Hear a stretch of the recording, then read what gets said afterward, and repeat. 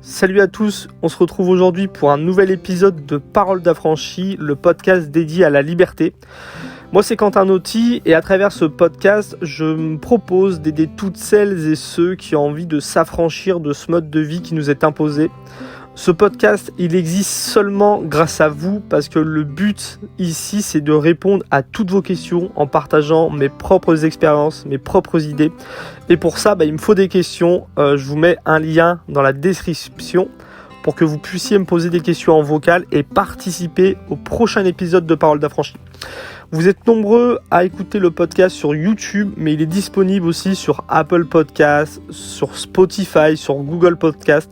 Donc si vous voulez écouter au volant de votre fourgon aménagé, au volant de votre voiture, en faisant la cuisine, en promenant votre chien, vous pouvez l'écouter sur pas mal d'applications de podcast.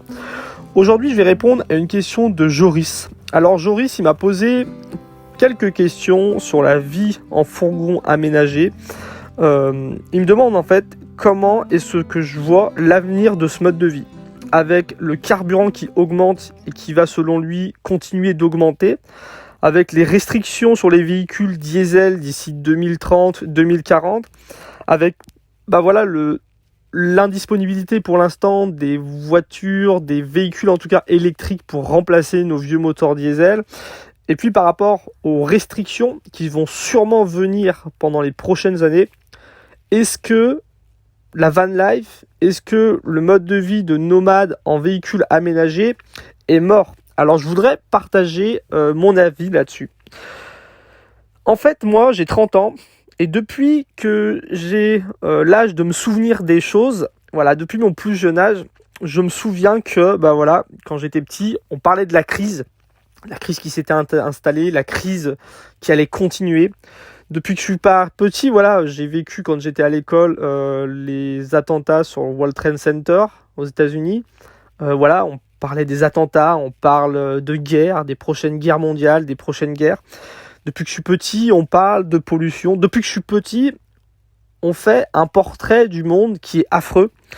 C'est pareil pour la van life en fin de compte. Depuis que moi j'ai voyagé pendant plus de 2 ans et demi, 3 ans en sac à dos, puis j'ai décidé d'acheter un fourgon aménagé. Et quand j'ai commencé à m'intéresser à ce mode de vie là, c'est pareil, il y avait beaucoup de choses négatives. Au moment où j'aménageais mon fourgon, on parlait les nouvelles lois VASP. Les lois VASP, c'est seulement des lois qui consistent à faire en sorte que les gens qui ont un véhicule aménagé respectent des normes de sécurité.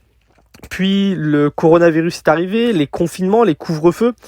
On regardait un petit peu sur YouTube, les réseaux sociaux et tout, il y avait beaucoup de négativité autour de ça, que ça allait devenir impossible de voyager, qu'on était dans une dictature qui allait empêcher les nomades de continuer à voyager.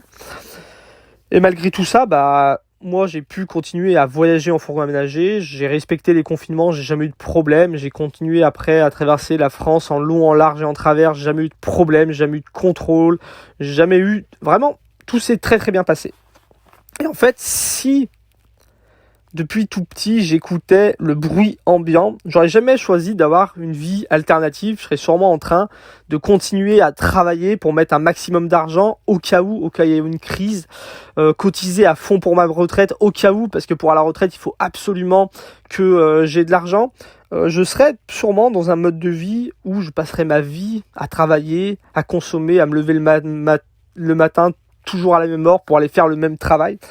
Et je serais sûrement pas en train d'écouter, si j'avais écouté les gens qui étaient négatifs sur les voyages, sur le mode de vie en fourgon aménagé, je serais sûrement pas aujourd'hui en train de vivre dans un fourgon. Je me serais dit non, ça va être mort, je vais acheter un fourgon, je vais le retaper, il passera pas VASP, je vais perdre de l'argent, avec les confinements ça va être impossible. Je serais sûrement pas en train de vivre cette vie-là. La vérité c'est que malgré tout, malgré toutes les crises, malgré tous les problèmes, tu peux faire aujourd'hui le choix d'un mode de vie alternatif. Tu peux augmenter ton autonomie, moins consommer, être plus autonome, moins travailler. C'est même bien, ça renforce ta résilience par rapport au système et les crises qui touchent ce système. Et aujourd'hui, tu peux vivre dans un fourgon aménagé, c'est pas un problème. Si on parle un petit peu du gasoil, parce que c'était une question de Joris, quand tu vis en fourgon aménagé, tu ne dépends pas forcément plus du gasoil que quelqu'un qui va travailler tous les jours. Si aujourd'hui tu te dis je vais pas vivre en fourgon aménagé parce que ça me coûtait cher en gasoil. Aujourd'hui, si tu choisis un mode de vie où tu te lèves tous les jours pour aller travailler, il y a de grandes chances que tu aies besoin de ton véhicule et que tu continues à dépendre du gasoil aussi. Donc d'un côté ou de l'autre, tu dépendras de toute façon toujours du gasoil et de son prix. Mais en fourgon, tu vas pas forcément consommer plus de gasoil que dans un mode de vie traditionnel, on va dire. Nous, on vit à 2 dans un fourgon aménagé par personne. Notre consommation de gasoil est inférieure par rapport à beaucoup de couples qui prennent leur voiture tous les jours et qui font 20, 30, 40 km par jour aller-retour pour aller travailler. Et puis, le mode de vie de nomade ne t'oblige pas à consommer énormément de gasoil. Par exemple, en ce moment, on fait un road trip en Espagne, on fait toute la côte espagnole et toute la côte portugaise après. Déjà, le gasoil est un peu moins cher en Espagne qu'en France. Là, on fait le plein en ce moment. Le gasoil, on est arrivé à le trouver à 1,22 €. On croise énormément de gens qui passent tout leur hiver en Espagne. Ils restent 1 ou 2 semaines sur des magnifiques spots. Ils changent de spot toutes les 2-3 semaines, tous les 1 mois. Il y a même des gens qui restent 6 mois sur place au même endroit en camping-car. Ces gens-là vivent dans un fourgon aménagé, vivent dans un camping-car. Sans consommer de gasoil, ils dorment, ils cuisinent, ils font les choses dans le camping-car et puis la journée ils vont à la plage, ils vont à la pêche, ils vont se promener, ils vont boire une petite bière pas chère et manger un petit repas du jour pas cher en Espagne et ils ne consomment pas beaucoup de gasoil. Donc ton mode de vie en fourgon aménagé ne te pousse pas forcément à consommer beaucoup de gasoil. Moi je sais que quand on voyage en France, on a fait par exemple toute l'Auvergne, l'Ardèche cet été. On faisait pas plus de 20 km par jour. On se déplaçait de 20 ou 30 km par jour. Des fois, on bougeait pas pendant 2-3 jours. Après, on allait rebouger pendant 40 km dans la journée. Mais on consommait pas plus de gasoil que quelqu'un qui va tous les jours au boulot avec sa voiture. Donc c'est la première chose. Ton mode de vie dépend du gasoil, mais ton mode de vie, tu peux faire en sorte que du gasoil, t'en aies pas besoin de plus que ça. Puis par rapport à toutes les autres choses, les côtés restrictions, les côtés lois qui vont venir dans les années, déjà là on parle de la France, ça sera pas le cas dans le monde entier. En Europe, il y aura peut-être des pays où il y aura pas toutes ces restrictions.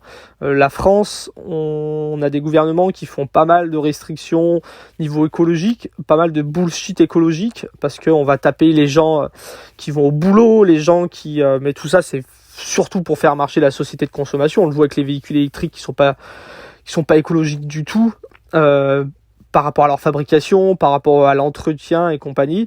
On va faire en sorte que les gens virent leur diesel, achètent de l'électrique. Bref, tout ça ne sera pas forcément vrai dans l'Europe entière ou dans le monde entier. C'est des lois qui vont s'appliquer peut-être juste à la France et qui vont pas empêcher les gens de continuer à voyager en fourgon aménagé à travers l'Europe.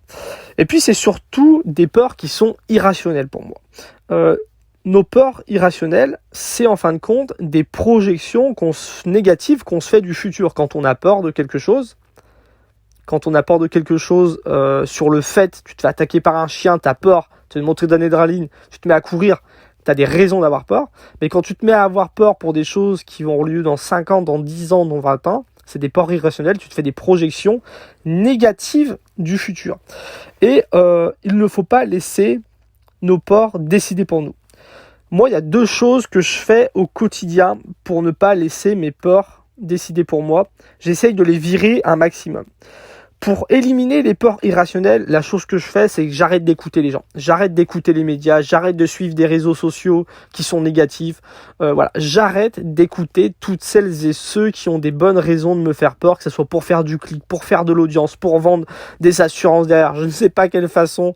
Il y a plein de façons de profiter de la peur des gens. J'essaye de me protéger un maximum de ça. Et après, il va rester toutes les peurs rationnelles parce que forcément, il y a des peurs qui sont rationnelles. Le monde n'est pas que rose, la vie n'est pas que rose. Il y a des périodes un peu plus sombres. La seule chose qu'on peut faire par rapport à nos peurs qui sont rationnelles, c'est de se prévoir un plan B. C'est ce que j'ai fait quand je voyageais en sac à dos. Quand je voyageais en sac à dos, je voyageais sans argent avec une tente en dormant chez l'habitant et tout. Je me suis dit, ça peut arriver qu'un jour je sois malade, j'arrive pas à trouver quelqu'un pour m'héberger, j'ai rien à manger.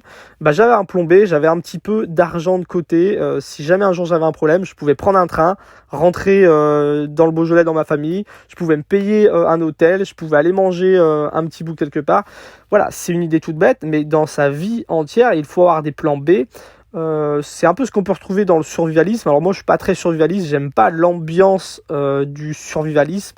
J'ai été beaucoup sur des forums, sur des réseaux, sur des comptes un peu privés, voir un petit peu toutes les discussions qu'il y avait et tout, et c'est beaucoup de gens pour moi qui vivent dans la peur, beaucoup de gens qui vivent dans des peurs irrationnelles. Je veux pas faire une généralité, c'est en tout cas l'avis que je me suis fait. Pour moi le survivalisme c'est juste l'idée d'avoir un plan B. Il peut se passer ça dans nos sociétés, faut que je trouve un plan B, et grâce à ce plan B, je peux continuer à vivre sans avoir peur, parce que j'ai prévu les choses, c'est une question de prévoyance. Donc, 2 choses que je fais moi au quotidien pour ne pas laisser les peurs décider à ma place: arrêter d'écouter toutes celles et ceux qui vont profiter de tes peurs, et prévoir des plans B pour tes peurs rationnelles. C'est les choses que moi je mets en place, et ce qui marche très bien. Donc pour moi, oui, le mode de vie en fourgon aménagé est toujours viable aujourd'hui, il sera toujours les années qui viennent. Surtout qu'un fourgon aménagé, c'est très vite rentable. J'en ai parlé un petit peu dans mon dernier épisode de Parole d'affranchi. Et puis surtout, il y a plein d'autres modes de vie que la van life pour s'affranchir. Je voulais parler de ça parce que c'est important. Pour moi, s'affranchir, vous le savez, c'est augmenter son niveau d'autonomie pour moins dépendre de l'argent, avoir moins besoin de travailler et pouvoir plus vivre. On peut faire ça en achetant un petit chalet à la campagne. On peut faire ça en s'installant dans une colocation alternative en ville. On peut rejoindre une communauté qui vit en autonomie. On peut tirer sa petite caravane derrière une voiture électrique. Il y a plein de façons de vivre de façon alternative. La vie est belle. Les opportunités, elles sont multiples. Et il ne faut pas laisser la société et ses peurs décider à nos places. Donc voilà Joris, j'espère que j'aurai bien répondu à ta question. Pour toutes celles et ceux qui ont envie de me questionner sur l'autonomie, la van life, le minimalisme, la désobéissance, sortir du système, vous pouvez me poser une question. Le lien est dans la description de la vidéo. Ça vous permettra de participer au prochain podcast de Vive Voix. Et voilà. Donc voilà, je vous dis à très bientôt pour le prochain épisode de Parole d'affranchi. Salut!